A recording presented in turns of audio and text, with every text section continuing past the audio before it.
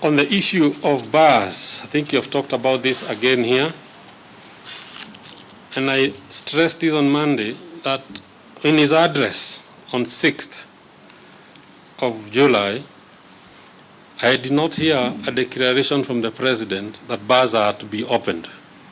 So bars still remain closed. So if bars are operating, they're operating illegally. And we mentioned here that if your bar is closed and permits withdrawn, do not blame anyone. And security agents are out there and they are nabbing most of these bars, but as we said here, we cannot police every other Kenyan. Because you close this bar, there's one behind this building that is open. We cannot have a police officer for every bar. There are too many. So it's again urging Kenyans, bars are still closed. And I said here, I think 2 days ago, that what is appalling and disheartening is actually the behavior in those bars. And I said people have thrown caution away. People are behaving in the pre-COVID ways.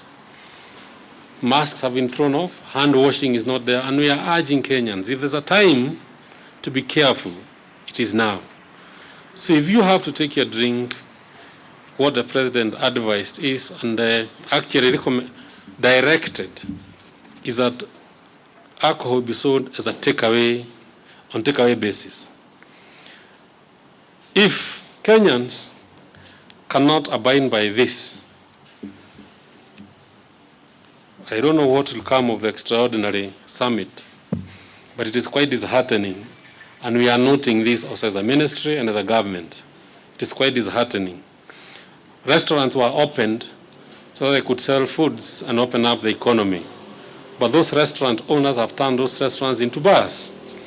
So if those restaurants are closed tomorrow or the day after tomorrow, they have asked for that closure.